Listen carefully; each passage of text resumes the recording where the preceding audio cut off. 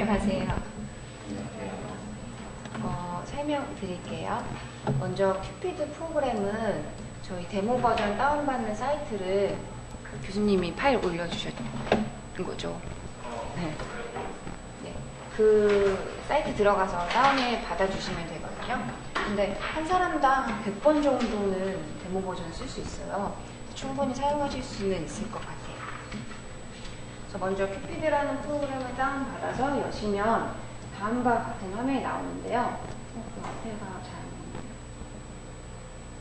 먼저 하실 프로젝트 자체를 만들어 주셔야 돼요. 그거는 여기 파일이라는 곳에 가셔서 새로 만들기를 눌러서 만들어 주시면 돼요.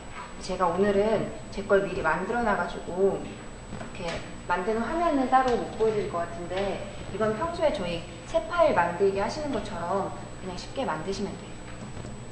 네, 그렇게 하셨으면은 참고로 저는 비디오 게임을 새로 만들 거라서 비디오 게임이라는 이름으로 만들었고요. 비디오 게임 안에다가 HOQ를 저희가 만들어 줘야 되잖아요. 그 집을 만드는 방법은 비디오 게임 오른쪽 버튼 누르셔서 스텝 만들기를 해주시면 돼요. 그래서 여기다가 이름을 지으시면 되는데 저는 그냥 HOQ라고 했어요. 그 HOQ를 해서 확인 버튼을 눌러주시면 이렇게 화면이 나오고, 이 화면을 누르면 What, How, House of Quality 이런 식으로 목록이 나오거든요. 이제 What 부분은 CA열이라고 생각해 주시면 돼요. 가로열이라고 생각을 해주시면 되고, 그 다음에 Hows는 EC 부분이라고 생각을 해주시면 돼요. 그래서 순서대로 가보면 What 부분에다가 먼저 저희 요구사항을 입력을 해줘야 되는데, 요구사항을 입력하거나 EC를 입력하거나 모두 다 입력은 이 친화도라는 곳에서 입력을 하시면 돼요. 그래서 친화도를 저기를 클릭하시면 입력할 수 있는 칸이 나오고, 여기서 오른쪽 버튼 누르셔서 항목 추가를 해주시면 돼요. 저는 비디오 게임 관련돼서 이렇게 항목을 몇 개 이미 추가로 조금 해놨거든요. 그래서 예를 들면 현실감 있는 화면을 제공한다 라는 뭐 고객 요구사항이 있을 수도 있고, 그 외에 또 뭐가 있을 수 있겠죠. 뭐 조종이 쉽다 뭐 이런 요구사항이 있을 수가 있겠고요. 그래서 추가 버튼 누르시면 이런 식으로 옆에 계속 이렇게 추가가 되는 형태예요. 근데 보시면 현실감 있는 화면을 제공한다, 쉽게 조종이 가능하다, 이런 부분 같은 경우는 저희가 대충 그룹핑을 할 수 있을 것 같아요. 예를 들면은 돈 주고 살 가치가 있다 라는 큰 틀을 만들 수 있을 것 같아서 이렇게 큰 틀을 제가 하나 만들었어요. 그 예를 들면 게임 중 쉽게 피로해지지 않는다랑 다칠 위험이 없다, 이 부분은 안전하다, 이렇게 할 수가 있겠죠. 그래서 이렇게 큰 틀을 만들면 틀이 만들어지는데, 이제는 여기 안에 이거가 포함이 되는 거잖아요. 그럼 그냥 드래그를 하셔서 여기다 이렇게 넣어주시면 돼요. 그리고 안전하다에다가도 이런 게 여기 안에 이렇게 들어갈 수 있겠죠. 그래서 이렇게 CA를 저희가 추출을 했는데, 이걸 어떻게 확인하느냐 하면 여기 옆에 보시면 3번을 눌러주시면 돼요. 그럼 이런 식으로 이제 만들어서 나와요. 여기 위에 부분, 여기 부분은 지금 제가 입력을 해놓은 거고, 원래는 저기 부분은 나오지 않고요, 지금 상태에서는. 그리고 EC도 저희가 추가를 할 수 있는데, EC는 하우즈에 가셔서 역시 또 친화도 버튼 누르시고 그대로 추가를 해주시면 돼요. 비디오 게임이니까 뭐 소프트웨어 크기 같은 거 할 수 있겠고, 인간공학적으로 얼마나 안전한지 이런 거 추가해 줄 수 있겠죠. 일단은 지울게요. 그래서 먼저 CA 쪽이 이런 식으로 나오는데, 그럼 저희가 여기다가 값을 입력해 줘야겠죠. 그래서 제일 먼저 중요도를 입력해 주시면 되는데, 중요도는 지금 칸이 따로 없잖아요. 그럼 여기 편집에 가셔서 왓 부분이라고 제가 말씀드린 것처럼 왓에서 중요도를 따로 만들어 주셔야 돼요. 중요도는 이름이 있어야 돼서 이 버튼이 새로 추가하는 버튼인데, 여기다가 중요도 이렇게 해서 만들어 주시면 돼요. 확인. 그러면 중요도가 나오게 됩니다. 그래서 이 중요도를 이제 개인적으로 조별해서 이제 전략을 짜신 거대로 중요도를 입력을 해주시면 되는데, 모든 입력 방법은 더블 클릭을 해서 입력을 해주시면 돼요. 그래서 뭐 그냥 제가 대충 입력을 할게요. 이게 좀 간편한 게, 제가 만약에 3을 누르고 엔터를 치면 바로 그 밑에 거의 중요도를 바로 입력하실 수가 있어요. 누구든 쉽게 조정이 가능하다는 뭐 대충 4 정도 중요하고, 쉽게 필요해지지 않는다 3 정도 중요하고, 4 정도 중요하고 하면은 중요도는 있는 목록을 다 입력을 해주신 거예요. 지금 그렇게 입력할 수 있고, 이제 벤치마킹 부분을 보려고 하니까 자사 말고 좀 잘 나가는 A그룹이 있다, A그룹도 같이 한번 벤치마킹을 하고 싶다 라고 하시면 왓에 가셔서 벤치마킹에다가 여기에다가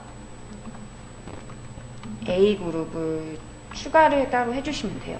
물론 뭐 5개 그룹을 다 비교해보고 싶다 이러면 B사, 뭐 삼성, LG 이런 식으로 또 추가를 해주실 수 있고, 역시 확인을 누르면 이렇게 추가가 돼요. 그래서 벤치마킹 하는 부분도 역시 더블 클릭하셔서 그냥 점수만 입력을 해주시면 돼요. 뭐 지금 우리 회사는 조종이 쉽고 이런 거에는 점수가 좀 좋은데 안전하지 않은 뭐 비디오 게임을 하고 있고, A사 같은 경우는 이런 거 그냥 평균적으로 하고 있는데 되게 안전하게 뭔가를 하고 있다고 하면 뭐 이런 식으로 점수가 들어가겠죠. 그리고 이제 조별로 조금 전략을 세우신 다음에, 아 그럼 이제 우리 회사는 안전한 쪽으로 좀 가야겠다라고 생각을 하시면 이제 그거에 대한 점수도 여기 기획 품질 쪽에다가 넣어 주셔야겠죠. 그 부분도 또 더블 클릭해서 그냥 계속 넣어주시면 돼요. 3, 3. 뭐 안전에 가고 싶다고 했으니까 5, 5 이렇게 할게요. 그래서 확인을 누르시면 이런 값들은 자동으로 얘가 계산을 해서 내주게 돼요. 근데 절대 가중치 부분을, 그 가중치를 어떤 걸 선택해서 줄 거냐는 우리의 선택인데, 저희 그 교수님이 올려주신 거에서 봤을 때는 그냥 중요도를 선택을 해주셨더라고요. 그래서 편집에 가셔서 절대 가중치 기준은 나는 중요도로 하겠다 클릭을 해주시면 저희가 여기 중요도 만들었잖아요. 이 중요도가 절대 가중치로 들어가게 되는 거예요. 그래서 이렇게 만드신 게 여기 오른쪽에 그래프로 그려지게 되는데, 그래프도 그냥 이렇게 들어가셔서 조금 손해볼 수가 있어요. 기획 품질 같은 거는 별로 보고 싶지 않고, 자사랑 A사만 비교를 해보고 싶고, 색깔도 좀 강조해서 보겠다. 그래서 바꿔서 볼 수가 있는 거고요. 그래서 이 부분이 지금 CA 부분을 한 거고, CA를 했으면 저희가 EC 여기 지분 부분도 추가를 해주셔야 되잖아요. 그것도 아까 말씀드린 것처럼 하우즈에 가셔서 신화도 눌러서 추가를 해주시면 돼요. 그래서 여기다가 아까 그대로 추가해주시면 되는데, 뭐 이런 거 있겠죠.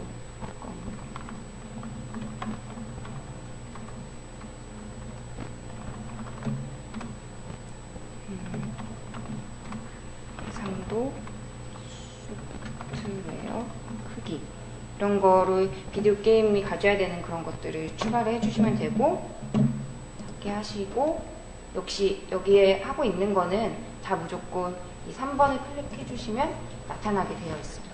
그래서 여기 있는 거랑 이 CA랑 대응을 이제 해주시면 되는데, 대응은 간단하게 오른쪽 버튼 눌러서 강한 대응을 할 건지, 아니면은 보통 대응, 약한 대응, 제가 그냥 임의로 넣을게요. 조금 더.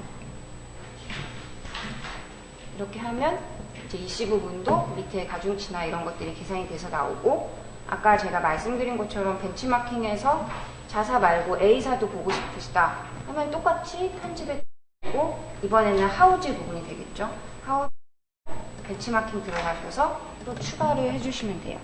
A사. 나 A사 하겠다. 그래서 추가해 주시면 여기 밑에 나타나게 되고요. 그래서 이거를 또 점수를 매겨서 해주시면 되는데, 제가 그냥 매길게요. 해주시면 여기 그래프 나타나고, 역시 이 그래프도 이 오른쪽의 그래프랑 마찬가지로 이렇게 들어가셔서 수정 쉽게 바로바로 하실 수 있고요. 그래서 이런 부분은 이렇게 입력만 해주시면은 값을 얘가 계산을 해주고, 그 다음에 이 C 같은 경우는 여기 망소, 망대 이런 것도 입력을 좀 해주셔야 되잖아요. 이것도 아까 말씀드린 것처럼 똑같이 오른쪽 버튼을 누르시든지 더블 클릭을 하셔서 입력을 해주시면 되죠. 소프트 클릭 망소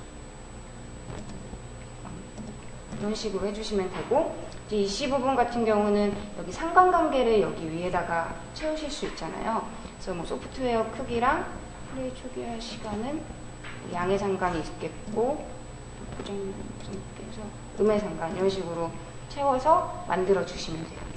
그래서 이런 식으로 하시면 결과적으로는 이렇게 이런 형태의 하우스 오브 퀄리티를 만드실 수 있고요. 그 다음에 그냥 그리셔도 되는데 나중에 하시다가 A사 말고 뭐 더 추가하고 싶으시다 하시면 그냥 그대로 이거 눌러서 계속 추가하시고 수정하시고 이렇게 해주시면 돼요. 라고 하면 좋긴 좋은데 사실 저장이 안 돼요, 데모 버전은. 그래가지고 한 번에 하시긴 하셔야 되는데 어쨌든 프로그램은 이렇습니다. 어떤 생각이 들어요? 그 what, how에 대한 저 내용이 잘 잡혀 있으면 그리는 거야 금방 하죠? 금방 할 것 같죠, 여러분? 예. 그래서 여러분들 HOQ 자체가 여러분들 큰 그게 아니에요.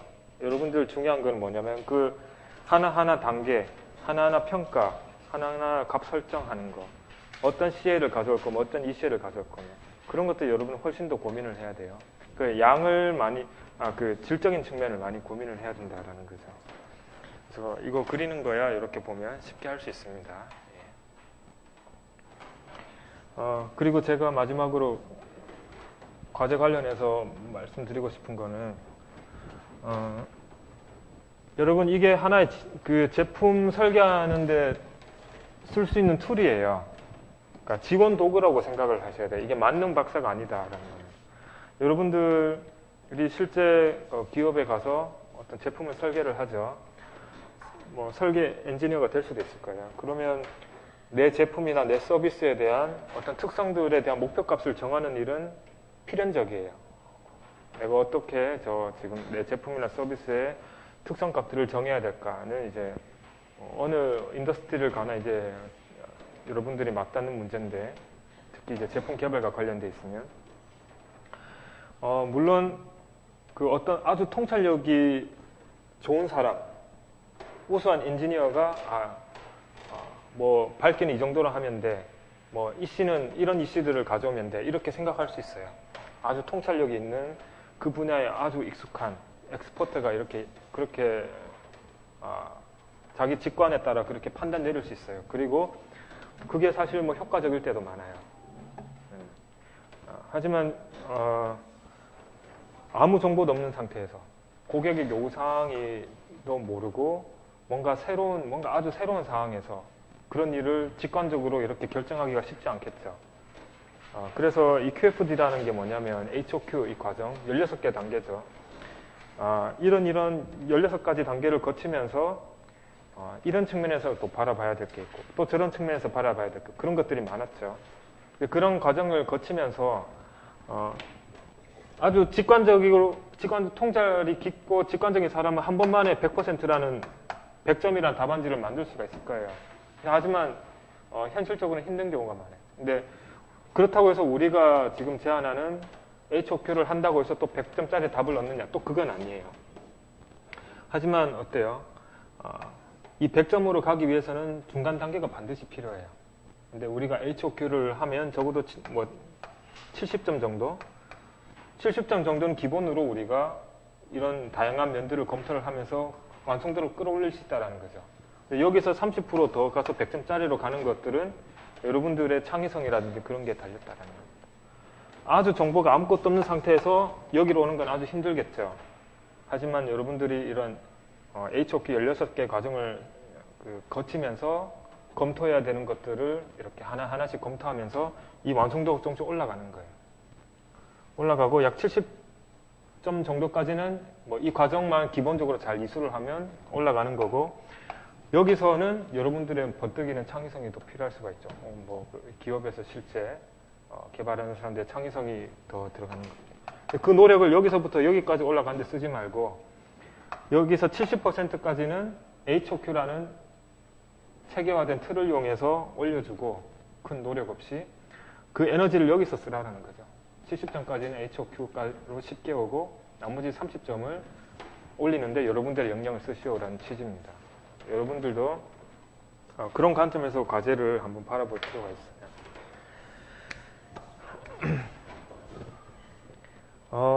이야기가 길어졌는데 사실 산업공학의 방법론들이 이런 경우가 많아요.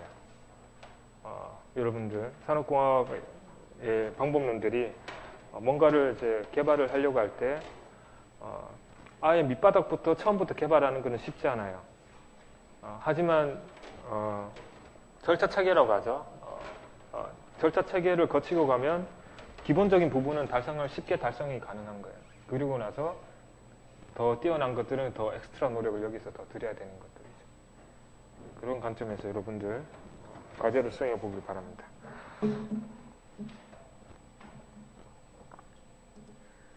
이거는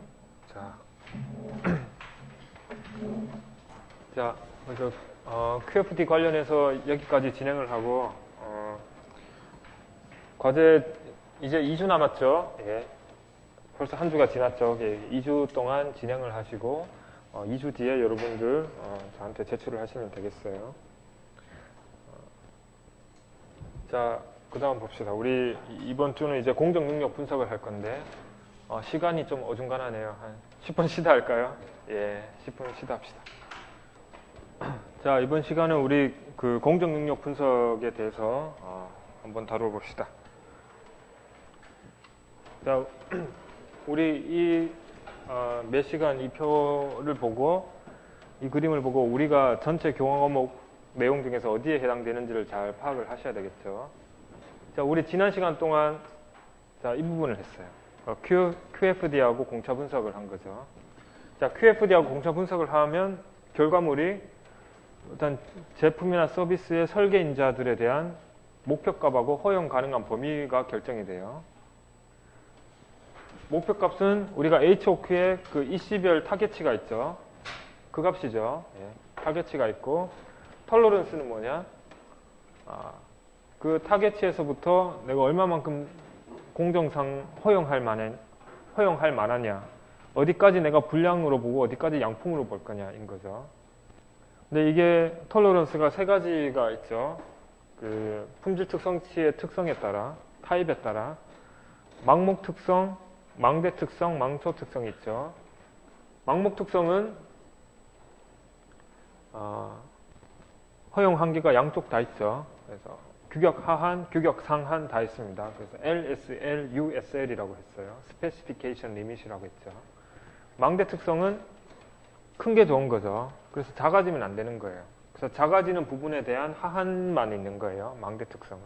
그래서 LSL만 있어요. 망소 특성은 반대죠. 크면 클수록 작으면 작을수록 좋으니까 커지는 부분에 대해서 규격이 있어요. 그래서 규격 상한이 있습니다. 커지더라도 여기까지만 커지는 걸 허용하겠다라는 취지죠. 자, 그래서 여러분 이 관계를 잘 있어야 돼요. 그래서 우리가 지금 앞으로 지금 배울 공정 능력 분석은 이 정보가 있어야 돼요. 타겟 톨러런스가 주어진 상황에서 우리가 분석을 하는 겁니다. 타겟하고 톨러런스가 주어진 상황에서 나의 공정이 얼마나 능력이 있는지를 평가하는 방법이에요. 근데 사실 여러분 지난 시간에 간접적으로 배웠어요. 우리가 무엇을 계산을 했죠? 공차 분석할 때. 뭐 계산을 했죠? 공차 분석할 때 뭐 계산했나요?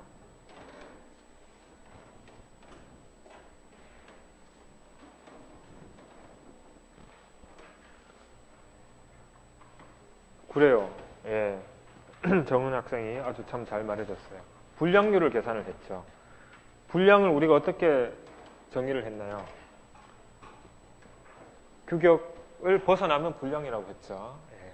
그래서 그 분량률이 높다라는 거는 내가 지금 생산하고 있는 제품이나 서비스의 품질 특성치가 이 리밋을 벗어나고 있다라는 거고, 그 말은 즉 나의 지금 공정이, 우리 회사의 공정이 규격을 맞추기에 적절하지 않다, 적합하지 않다라고 볼 수 있는 거죠. 그래서 사실 비슷한 맥락이에요. 분량률이 높으면 공정 능력은 안 좋은 거예요.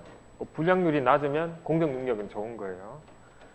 그래서 분량률하고 아주 유사한 개념이고, 구체적으로 어떻게 다른지 이번 시간 동안 우리가 살펴보도록 합시다.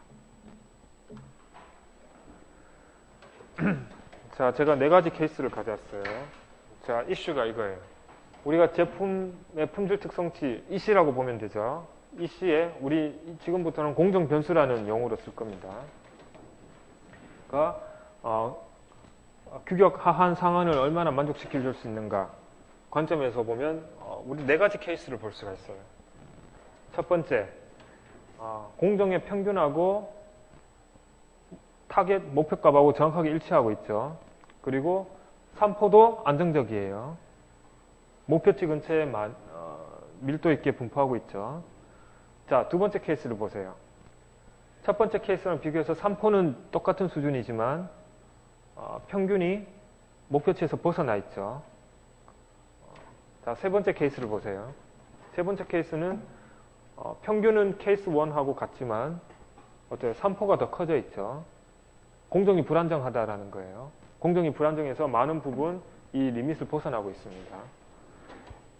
네 번째 케이스는 엉망이죠. 산포도 큰데 타겟치도 목표치에서 벗어나 있어요.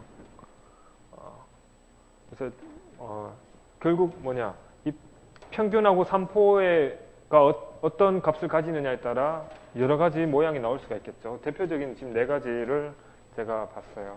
여러분 당연히 뭐가 제일 좋죠? 케이스 1이 가장 좋을 거예요. 불량률이 가장 작겠죠. 그 다음에 케이스 2하고 3은 어느 게 좋은지 1번보다는 나쁘지만 뭐가 더 나쁜지는 사실 좀 검토해 볼 필요가 있어요. 2번은 평균은 나쁘지만 산포는 좋은 편이고 3번은 평균은 좋지만 산포가 나쁜 편이죠. 4번은 명백하게 가장 안 좋은 경우죠. 평균, 산포 다 안 좋은 경우입니다. 자, 우리가 평균하고 산포를 조금 다른 용어로 보면 정확도하고 정밀도라는 개념이 있어요. 정확도. 요 accurate가 정확하다는 뜻이고 inaccurate가 정확하지 않다라는 뜻이죠. 그리고 precise가 정밀하다는 뜻이고 imprecise가 정밀하지 않다라는 뜻이죠. 자, 이 두 가지 구분은 평균에 의한 구분이에요. 평균에 의한 구분. 그래서 여기가 accurate 하다라는 건 뭐냐면 공정의 평균이 타겟치와 일치한다. 공정의 평균이. inaccurate 하다라는 것은 공정의 평균이 타겟치하고 일치하지 않다라는 겁니다. 자, 반대로 precise라는 말은 산포가 안정적이다. 산포가 작다. 공정 산포가 작다라는 거고 imprecise는 산포가 크다라는 거예요. 멀리 퍼져 있죠. 넓게. 여기서 이 네 가지 케이스입니다. 그 케이스가 지금 이 관역판으로 이렇게 볼 수도 있어요. 관역판으로 지금 비유를 해 놓은 건데 물론 4번이 가장 안 좋죠. 근데 2번하고 4번을 비교를 하면 공정 계산의 측면에서 뭐가 더 어려울까요? 3번이 더 어렵습니다. 일반적으로. 자, 2번은 그렇죠. 예. 관역으로 치면 사격으로 치면 0점 조절을 하면 0점 조절만 잘 타겟팅이 되면 쏘면 여기에 잘 들어갈 거예요. 근데 이 부분은 이미 타겟팅이 되어 있죠. 근데 이건 여기서 나오는 디비에이션은 내가 어쩔 수 없는 부분이에요. 많은 경우에. 이게 일반적인 제조에서도 그래요. 예를 들어 어떤 공정이 있는데 어떤 내가 원자재를 10mm만큼 파내야 된다라고 해요. 그 10mm라는 게 타겟치예요. 타겟치인데 내가 이거 깎는 시간을 예를 들어 1초당 1mm 깎는다. 그러면 얼마만큼 설정을 하면 되죠? 10mm를 깎아야 되는데 1초당 1mm 깎아요. 그러면 10초 동안 깎으면 대략 10mm 나오죠. 근데 그게 아주 공정이 완벽하면 10초를 정확하게 컨트롤 할 수 있고 그 10초 동안 그 1초당 1mm가 완벽하게 구현이 되면 정확하게 10mm를 깎을 거예요. 하지만 여러분, 우리가 겪는 대부분의 공정들은 불확실성이 있어요. 아주 비싼 설비, 좋은 설비면 정확하게 1초 동안 정확하게 1mm 깎을 거예요. 하지만 노후화된 설비라든지 공정상의 산포라든지 그런 여러 가지 요인들이 있을 수가 있어요. 그러면 설비에는 명시적으로 1초당 1mm 깎는 걸로 되어 있지만 실제로 진행을 해보면 그 1초 진행했는데 0.9mm 밖에 못 깎을 수도 있고 과하게 깎을 수도 있어요. 그런 산포가 내가 불가능한 산포가 존재할 수 있다는 거죠. 그런 것들이 여기에요. 이런 부분들은 내가 제어를 못하는 거예요. 근데 이런 부분은 쉽게 제어가 가능하다는 거예요. 왜냐? 이렇게 디비에이션이 나타난다는 건 뭐냐면 내가 10mm를 깎아야 되면 10초를 세팅을 해야 되죠. 근데 엔지니어가 실수로 9초로 세팅을 해놨던 거예요.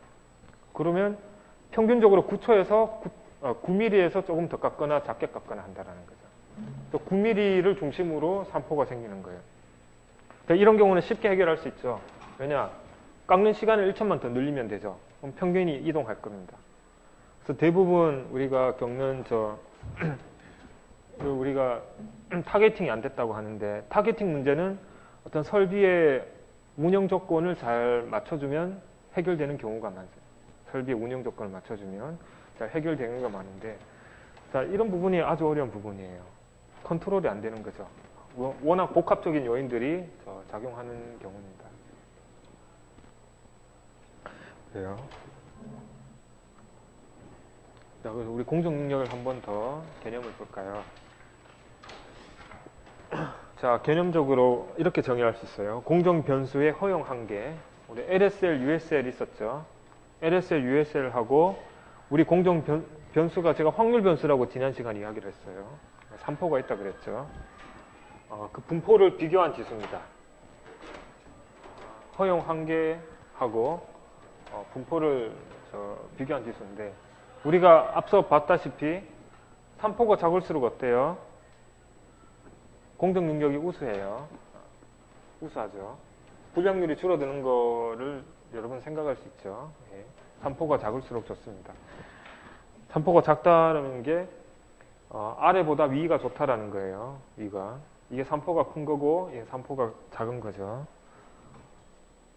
그리고 공정평균이 목표치에 가까울수록 또 우수합니다. 예. 이런 특성들을 대변한 지수다라는 겁니다. 대변한 지수죠. 불량률과 유사한 개념이라고 볼 수가 있죠. 불량률이 높으면 공정 능력은 안 좋을 거예요. 자, 근데 저 세 번째가 실무에서 나타나는 현상들이 있을 수가 있는데 뭐냐? 자, 실무에서는 공정 변수의 목표가 및 허용 한계를 결정하는데 공정 능력을 고려하기도 합니다. 근데 이게 사실 바람직하진 않아요. 이 말은 뭐냐? 우리가 목표값하고 허용 한계는 어떻게 결정을 했죠? 우리 수업 시간에. 수업 시간에 우리 배웠죠? 무엇을 가지고 했나요? 목표값하고 허용 한계 어떻게 결정했나요?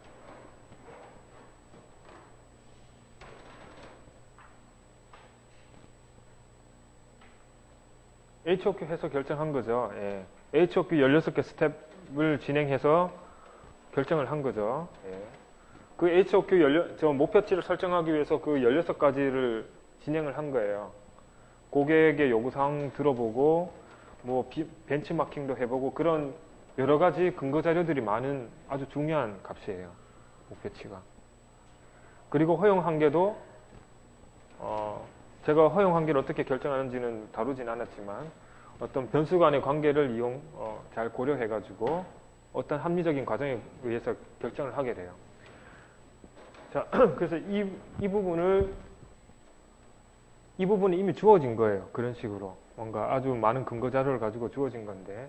자, 이런 식은 뭐냐.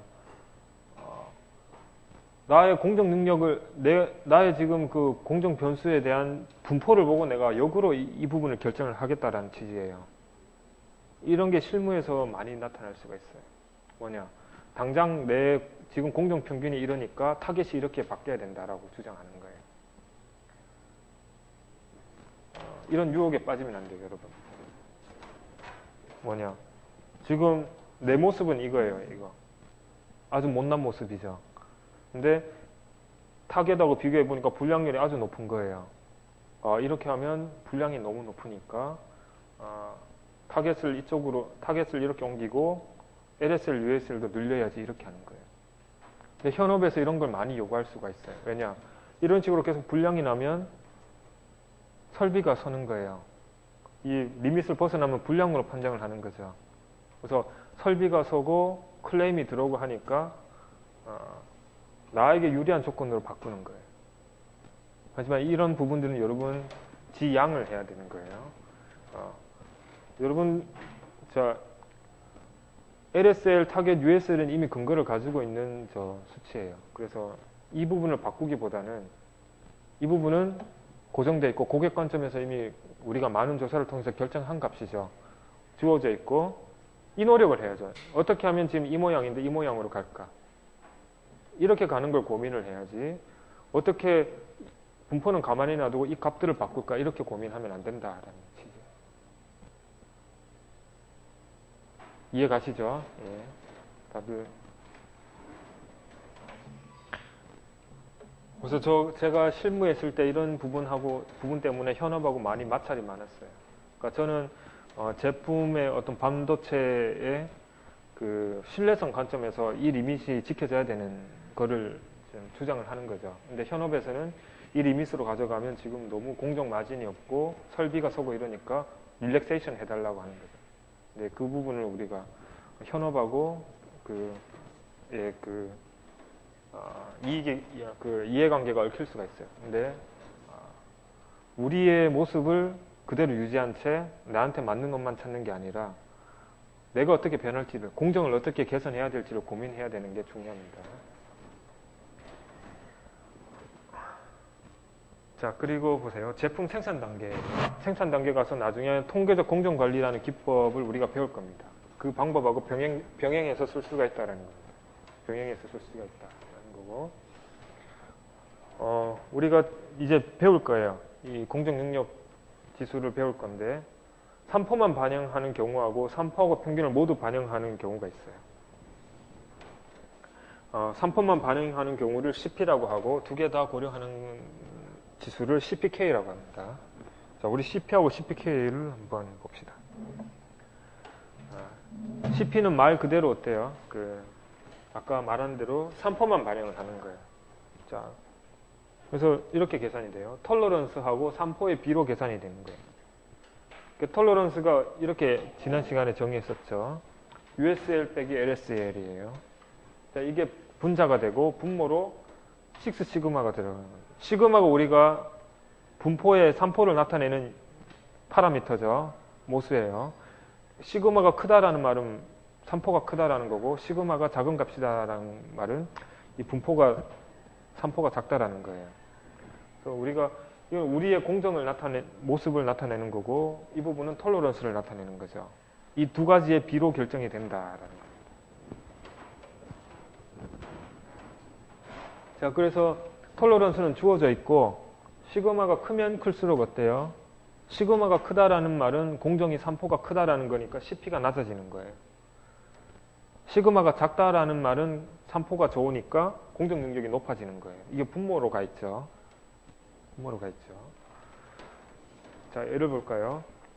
지금 US 공차가 지금 6개 유닛이에요. 어떤 단위는 유닛이라고 표현을 할게요. 6이면 시그마가 1일 때 1일 때 3일 1일 때 2일 때 0.5일 때 비교해보면 1일 때는 1이고 2일 때는 0.5고 0.5면 2죠.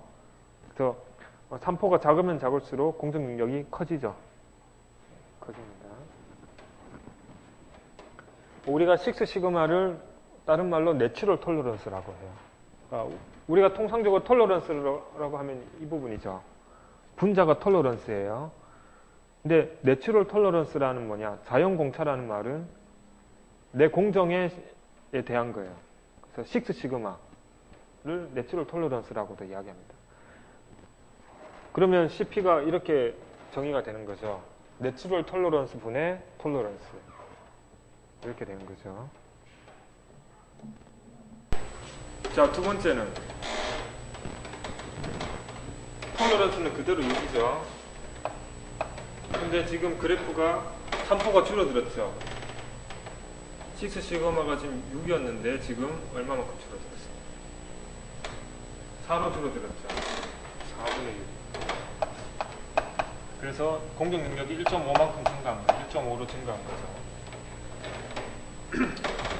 근데 똑같이 CPK도 1.5겠죠. 지금 평균 이동이 하나도 없으니까. 자, 세 번째는 정도 세밀화됐네요, 칸이. 그러면 지금 톨러런스가 8칸이죠. 8분의 6 시그마가 여기서 여기까지가 4죠. 3포가 더 줄어들었죠. 2가 되고 여기도 2가 되고. 자, 마지막은 위아래랑 지금 3포는 똑같죠. 6 시그마가 여기도 4칸이고 여기도 4칸이에요. 톨러런스도 똑같죠. 그래서 위에하고 위에하고 똑같아요. 여기 2예요. 인데 CPK는 어때요? 이쪽은 계산할 필요 없죠. 그리고 오른쪽으로 가 있죠. 이쪽만 계산하면 되죠. 그러면 지금 평균에서 USL까지 거리가 얼마인가요?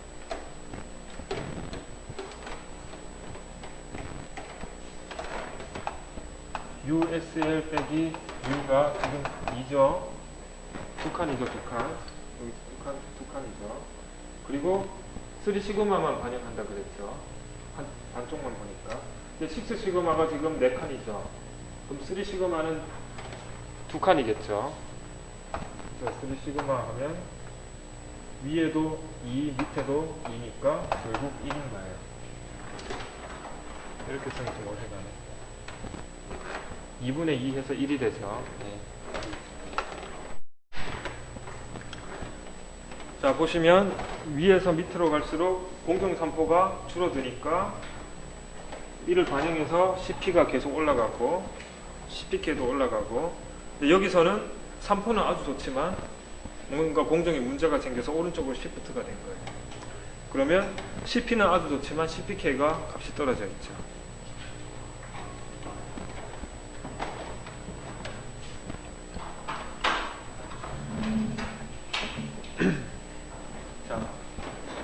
개념적으로 제가 설명을 했어요. CP하고 CPK가 어떤 식으로 계산이 되는지. 네, 여러분 아까도 말했지만 CPK하고 CP 차이가 그러면 어떤 부분에서 나는 거죠? CP는 3포만 반영하고 있고 CPK는 평균까지 반영하고 있죠. 그래서 CP하고 CPK가 차이가 난다는 말은 공정 평균이 타겟에서 이탈해 있다라는 것을 의미를 하죠. 그래서 그런 경우에는 우리가 공정 평균을 타겟으로 빨리 이동시켜야 되는 게 첫 번째 과제예요. 근데 CP 자체가 점수가 낮다. CP 값 자체가 이미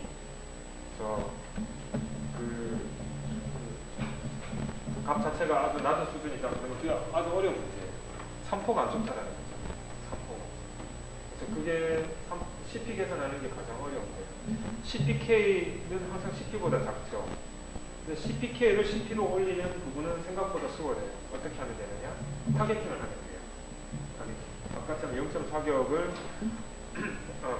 0.5조절을 한다는 것처럼 그럼 공정의 설비의 인풋 값을 바꿔가면서 평균을 이동시키면 CPK 값을 CP 수준으로 올리는 부분은 가능해요. 근데 CP 값 자체를 계산하는 부분은 3포를 줄여야 되는 부분이죠. 이 부분은 어렵다.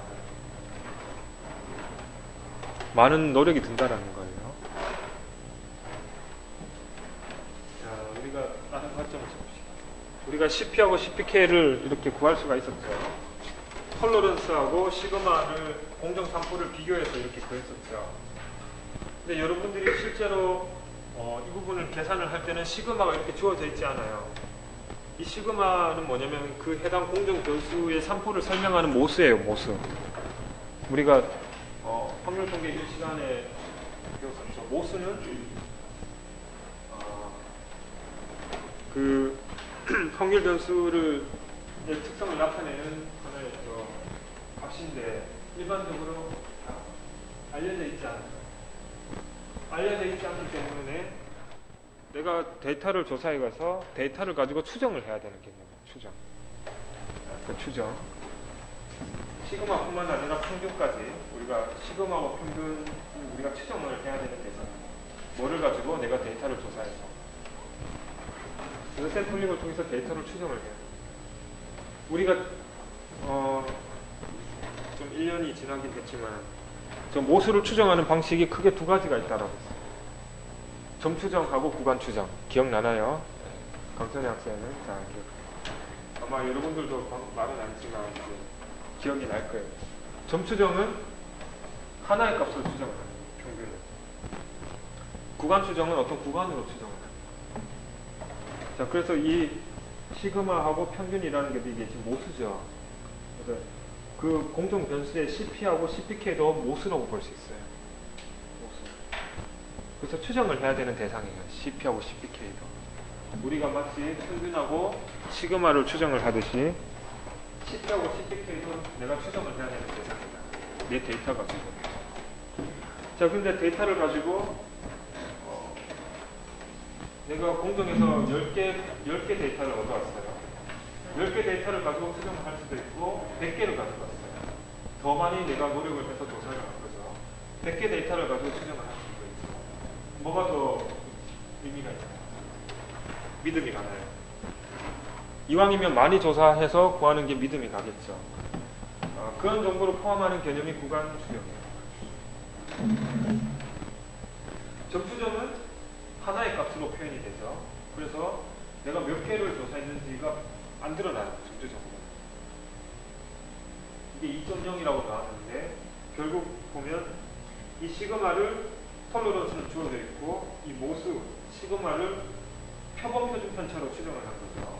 표본 표준 편차. S는 내가 데이터를 가지고 샘플링한 걸 가지고 계산을 한 거예요. 표본 표준 편차.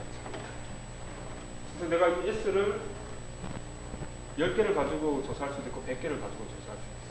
근데 몇 개를 조사하든 상관없이 이 S는 하나의 값으로 나타나죠. 그래서 이 CP라는 값이 하나의 값으로 나올 거예요. 근데 구간은 어때요? 이 CP가 존재할 수 있는 구간을 이렇게 주는 거죠. 보시면 n이 밑에가 있죠. 밑에가 있기 때문에 내가 많이 샘플링을 하면 할수록 분모가 작아지니까 이 폭이 작아지는 거죠. 폭이 이렇게 줄어들어요. 폭이 줄어드니까 조금 더 많은 정보를 주는 거죠. 자, CPK도 같아요. CPK도 이런 식으로 하한과 상한이 있는데 이 샘플 사이즈에 따라 변경이 됩니다. 많은 샘플을 얻으면 얻을수록 정보의 신뢰성이 높아지기 때문에 구간이 줄어들 수가 있습니다.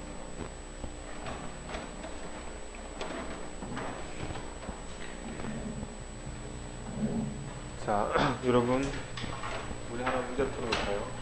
어느 제조 공정에서 10개 데이터 제품을 10개인가요? 10개 아닌 것 같아요. 16개네요. 16개. 수력해 주세요. 16개 제품을 샘플링해서 품질 특성치를 조사한 결과 아래와 같았다. 16개 데이터가 있는 거예요. 이 데이터 가지고 이제 CP하고 CPK를 추정을 하는 거예요. 점추정량은 하나의 값으로 추정을 하는 거고 신뢰 구간은 말 그대로 구간을 구하는 거죠. 그리고 톨러런스 정보는 여기에 나와 있어요. 그렇죠? 자, 구해봅시다.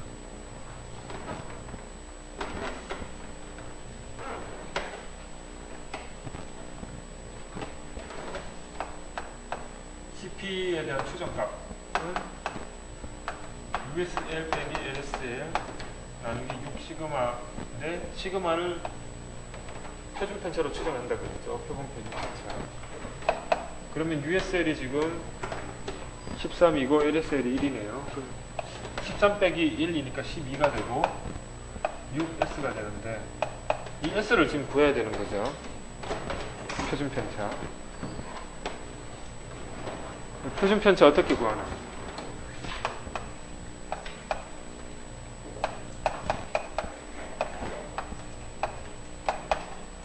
이렇게 구하죠.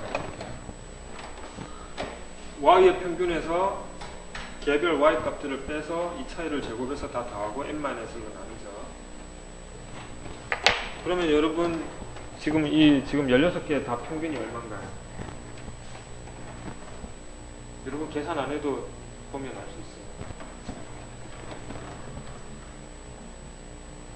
이거 두 개 더하면 12, 12, 12, 12, 12 다 12죠.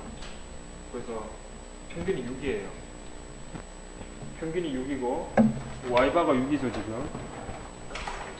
y바가 6이고 이게 6이고 6에서 이 값들을 빼서 다 제곱해서 더해주면 돼요. 근데 6은 지금 보면 6에서 빼면 0이죠.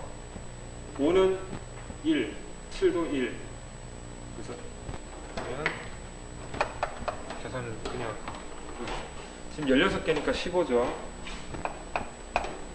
16 빼기 1이니까 15죠. 그리고 이게 다 0이고 1제곱 플러스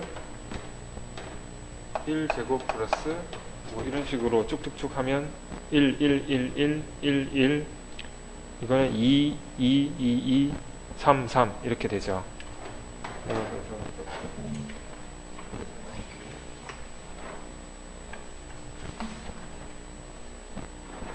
이런 식으로 쭉 다 더하면 이게 이제 S 제곱이죠. S는 얼마 나왔냐면 1.69가 나와요. 여러분들 충분히 계산할 수 있을 거예요. 1.69니까 여기다가 1.69를 넣으면 1.18입니다. 그 점수 정치가 지금 이렇게 됩니다. 그 다음에 CPK에 대한 점수 정치는 여러분 지금 평균이 6이죠. 그러면 타겟 대비 어디가 있나요? 6이니까 왼쪽으로 가 있죠. 왼쪽으로 가야니까 왼쪽만 계산을 합니다. 그러면 평균이 6이니까 왼쪽은 LS야 되죠. 그래서 6 빼기 1 3 시그마 3S 이렇게 하면 되죠. 그래서 5 3S인데 이렇게 계산하면 0.99가 됩니다.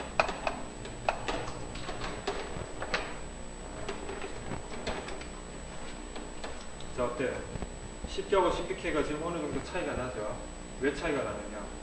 이게 지금 평균은 6인데 타겟이 7이니까 이탈해 있죠. 평균이. 타겟으로부터 이탈해 있죠. 1만큼. 그 부분만큼 지금 이렇게 차이가 납니다.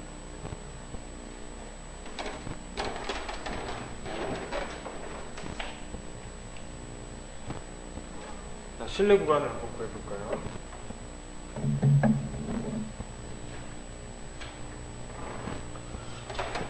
자, 실내 구간 이렇게 구하죠. 보시면 점수 정량이 지금 계산에 포함되어 있어. 점수 정량이 지금 계산에 포함되어 있고 N은 데이터 개수고. 자, 이 부분은 이게 카이 제곱 분포예요. 카이 제곱 분포.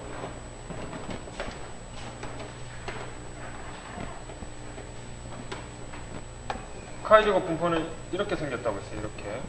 이렇게 생겨서 우리가 카이 제곱 분포가 지금 여기 보면 카이 제곱 알파 n-2로 돼 있죠.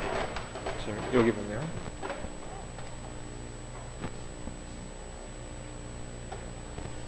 카이 제곱 2분의 알파 카이 제곱 2분의 알파 n-1 n은 n-1은 자유도를 의미하고 2분의 알파는 면적을 의미해요. 그래서 우리가 95% 신뢰 구간, 99% 신뢰 구간 여러분 기억나요? 95% 신뢰 구간이면 알파가 얼마예요? 95% 신뢰 구간이면 알파가 5%예요. 95% 신뢰 구간은 알파가 5%라는 거고 99% 신뢰 구간은 알파가 1%예요. 그래서 내가 신뢰 수준을 어떻게 가져가느냐에 따라 알파가 달라지는 거예요. 근데 지금 문제는 95% 신뢰 구간이죠. 그럼 알파가 얼마예요? 알파가 저 방금 말했는데 호응점 5% 95%니까 알파는 5%예요. 그러면 이거는 어떻게 바뀌냐면 카이 제곱 하고 이게 0.05니까 2분의 0.05니까 0.025죠. 그리고 데이터가 16개니까 15가 되죠. 이해되시죠? 자, 이 값은 여기까지 됐으면 이 값은 테이블에서 찾으면 돼요. 대부분 문제에서 주어질 겁니다. 예.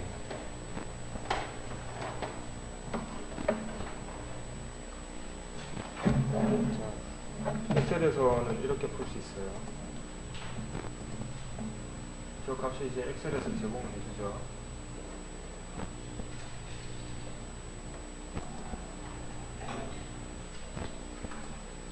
엑셀이 없어졌네요.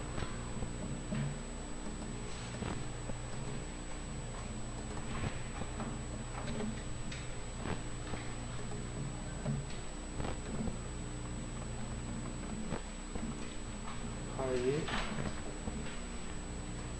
0.975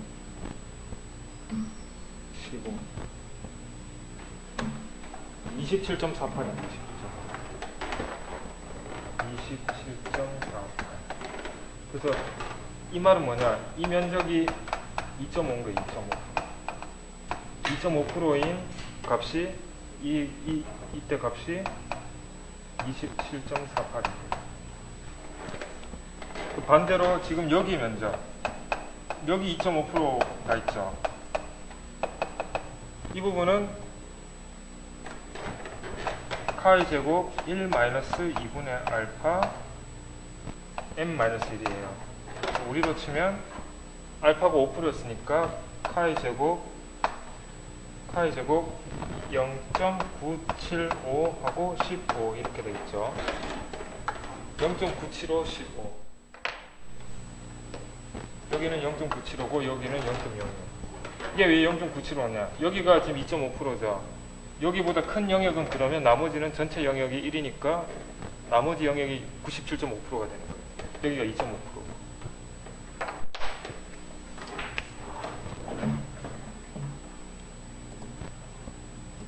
그래서 이거를 반대로 0.025. 6.26. 6.26. 여기는 6.26.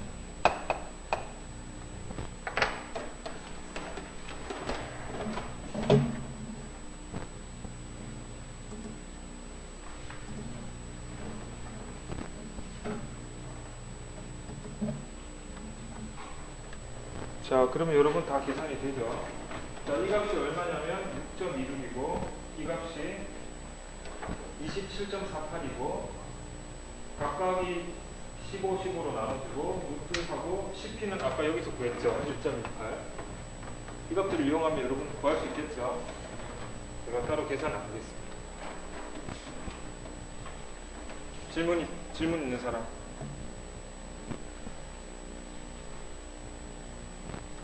네. 계산할 수 있을 거예요. 밑에 거는 더 쉬워요. 네. 밑에 거는 CPK 앞에서 접수정량 있죠. 여기다가 이 공식 그대로 적용을 하면 되겠죠. Z는 표준 정규 분포죠. 그래서 알파가 5%면 2분의 알파는 0.025죠. Z 0.025는 보통 1.96이에요. 1.96. 테이블에 보면 1.96. Z 2분의 알파는 1.96이고 1.96 넣고 이 점수정량은 앞에서 계산이 된 거고 N은 16이죠. 이 공식에 넣으면 우리가 CPK도 하한과 상한을 구할 수가 있다.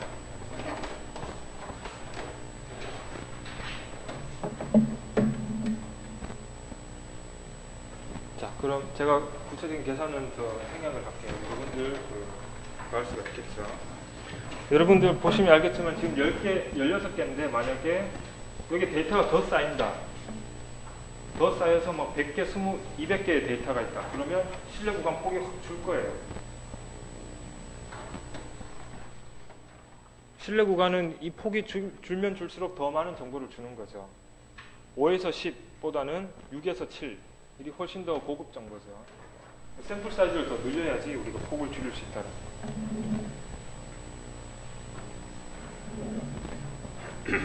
자, 아마 다는 못할 건데 조금 더 우리가 개념을 보도록 하겠습니다. 여러분 배치 공정이라는 게 있어요. 공정에 보면 배치 공정. 배치가 우리나라 말로 뭔가요?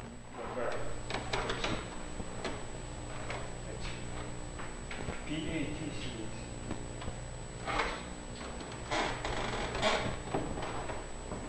배치는 어떤 묶음이라는 게 우리가 묶음 공정이라고도 하는데 우리가 제품을 생산을 해요. 생산을 할 때 특히 이제 부품 같은 경우는 그 다수의 부품을 묶어서 한 번에 프로세싱을 해요. 예를 들어 보통 우리가 컨베이어 벨트 많이 생각할 수 있는데, 컨베이어 벨트 보면 컨베이어 벨트가 이렇게 쭉 가면서 제품들이 놓여 있죠. 놓여 있으면 순차적으로 이거 조립하면 공정 진행하고 그 다음 거 진행하고 이렇게 연속 생산 방식이 있는 게, 컨베이어 벨트가 지나가면서 이 제품의 부품이나 구성품들이 순차적으로 조립 공정을 진행을 하는 거죠. 우리가 연속 공정이라고 합니다. 근데 이 연속 공정하고 대비되는 게 배치 공정이에요. 배치 공정은 뭐냐? 부품이나 이런 중간에 가공품들을 묶어요. 다수 여러 개로 묶어서 묶은 것들은 동시에 똑같은 공정 조건에서 한 번에 진행해요. 한 번에 공정을 처리해요. 그걸 우리가 배치 공정. 연속 공정하고 대비되는 개념이에요. 특히 배치 공정은 그 전자부품 산업에서 많아요. 대표적인 게 반도체. 자, 여러분 이 원판 이 본적 많죠. 이걸 우리가 이제 실리콘으로 된 웨이퍼라고 해요. 여러분들이 저 휴대폰에 들어가는 반도체 칩들은 웨이퍼에 보면 이 조그만 사각형이 있죠. 이거 칩이라고 해요. 칩. 혹은 다이라고 해요. 다이. 이 칩 하나하나가 반도체예요. 근데 여러분들 그 반도체 칩은 칩 하나하나 공정을 거치는 게 아니라 칩 하나하나가 연속적으로 공정을 거치는 게 아니라 하나의 원판에 반도체 웨이퍼라는 게 있죠. 이 반도체 웨이퍼 위에 있는 이 칩들은 전부 다 똑같은 공정 처리를 거쳐요. 그래서 어때요? 이 위에 있는 같은 웨이퍼에 포함되어 있는 모든 칩들은 동일한 성격을 가지고 있어요. 한 번에 진행이 되니까. 자, 반도체 대표적인 공정이 포토 공정이라는 게 있어요. 포토 공정이 뭐냐? 빛을 쏴주는 거예요. 포토. 빛을 쏴줘가지고 이 위에 물질에 도포되어 있는 물질을 변화시키는 거예요. 근데 빛을 칩 하나하나 내가 탁 쏴주는 게 아니라 한 번에 빛을 쏴주는 거예요. 그러면 여기 있는 이 원판이 실리콘 웨이퍼 위에 있는 칩들은 똑같은 빛을 받는 거예요. 공평하게. 그런 식으로 후속 공정도 이 웨이퍼 단위로 공정이지. 그 위에 최종적으로 새기는 것도 다 이 웨이퍼 위에 똑같은 공정을 진행을 합니다. 그리고 나중에 가서 이 웨이퍼 위에 칩들이 다 완성이 되고 나면 아주 뒷단에 가서 이거를 소잉이라는 게 자른다라는 거지. 소잉을 해서 개별 칩으로 만듭니다. 그리고 우리가 PCB라는 판에 부착을 해요. 그럼 우리가 반도체, 우리가 판을 게. 그래서 처음부터 그 조그만 칩을 개개 단위로 이렇게 조립하고 이렇게 하는 게 아니라 반도체 웨이퍼라는 큰 판 위에 올려놓고 한 번에 다 진행을 하고 나서 나중에 완성되고 나서 자르는 거예요. 그렇기 때문에 공정을 진행하는 동안 웨이퍼 위에 있는 칩들은 전부 다 동일한 특성입니다. 이런 것들 우리가 배치 공정이라고 해요. 배치 공정.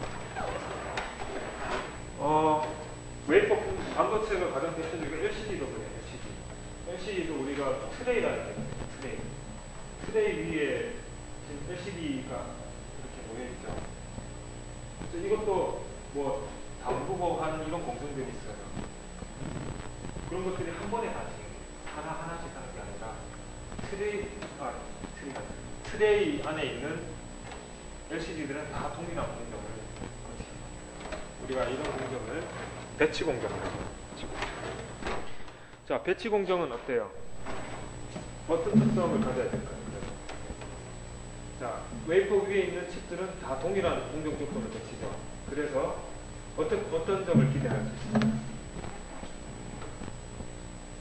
적어도 웨이퍼 간에는 차이가 날 수가 있죠. 웨이퍼 간에는 차이가 날 수가 있어요.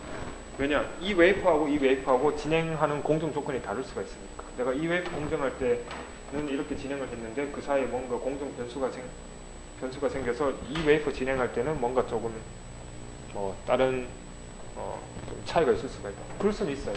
근데 적어도 이 칩들 사이에는 어때요? 산포가 없어야 되는 게 당연한 거예요. 왜냐? 우리가 똑같은 조건을 모든 칩에 대해서 동일한 조건을 줬기 때문에 동일한 웨이퍼에 있는 칩들은 모두 같은 조건을 받았기 때문에 산포가 하나도 없어야 되는 거예요. 즉 동일한 값들이 다 나와야 되는 거예요. 그래서 뒤에 보면 우리가 그런 관점에서 산포를 나눌 수가 있어요. 자, 우리가 CP, CPK는 우리가 쉽게 이제 앞서 CP는 산포만 반영하는 거고 CPK는 평균 다 반영한다 그랬죠. 근데 우리가 배치 공정이라는 부분을 반영을 하게 되면 산포를 두 가지로 나눌 수가 있어요. 첫 번째, 군내 산포예요. 이 군이라는 게 묶음이라는 뜻인데 웨이퍼로 치면 반도체로 치면 웨이퍼가 되겠죠. 그 웨이퍼 내의 산포예요. 웨이퍼 내의 산포.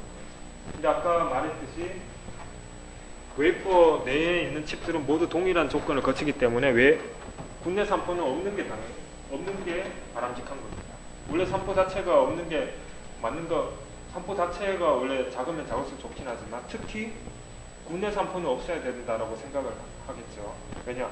웨이퍼 위에 칩들이 동일한 조건이거든요. 하지만 여러분, 우리 공정이 완벽하지 않기 때문에 군내 산포도 생길 수가 있어요. 생길 수가 있습니다. 예. 똑같은 조건에서 진행했지만 그 웨이퍼에 있는 칩들이 서로 다른 값을 가질 수도 있어요. 가장 큰 그 산포를 유발하는 요인이 뭐냐면 센터 엣지예요. 센터 엣지. 똑같은 공정을 진행했지만 이 웨이퍼가 보통 300mm예요. 300mm면 이제 3cm 작죠. 아무래도 이 센터가 좀 안정적이에요. 센터가 안정적이고 이게 반도체가 워낙 미세한 공정을 진행하기 때문에 이 웨이퍼가 300mm면 작은 단이 아니죠. 그래서 이게 조금 이렇게 휘어질 수 있어요. 조금만 휘어지더라도 단차가 생기죠. 그러면 엣지가 이걸 엣지라고 하는데 엣지가 더 취약해지는 거예요.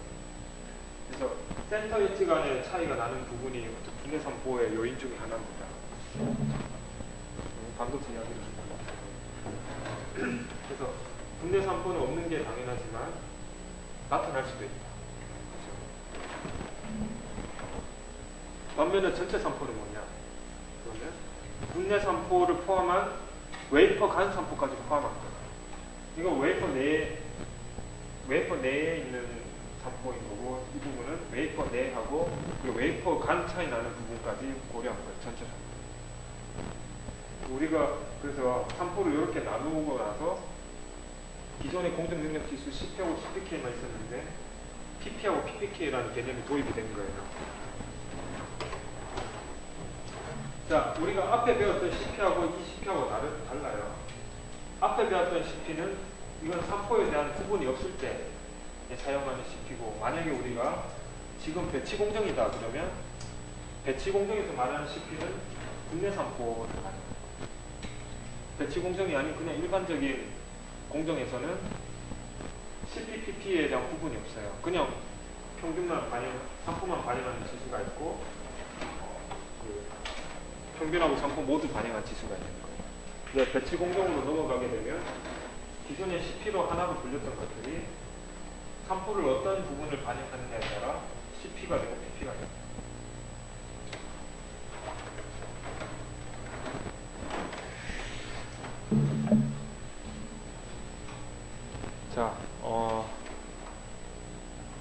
자, 오늘 수업은 여기까지 하고 다음 시간에 그러면 구체적으로 국내 산포하고 전체 산포를 어떻게 구할 수 있을까?